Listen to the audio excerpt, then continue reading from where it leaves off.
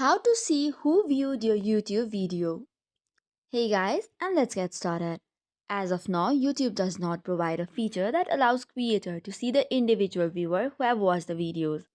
However, YouTube Analytics offer a wealth of data about your viewers and their behavior. For this, you have to open YouTube Studio.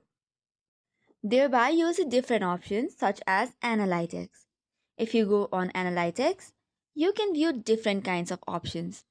For a specific content or the video, you could select the video as well. Now let's understand what are the YouTube Analytics. For the Overview tab, you have the option to view the views, watch time, and average view duration. Views are the total number of times that the video has been watched, watch time is the total minutes your video has been watched, and the average view duration is the average length of time viewers that watch your video. Likewise, you have the Contents tab as well, and then the Audience tab. In the Audience tab, you can view the unique viewers, returning viewers, the subscribers, demographics, top geographies, and watch time from subscribers. From this, you can also have additional insights of real time activity, top videos, and engagement metrics. This could include dislikes, likes, comments, and shares.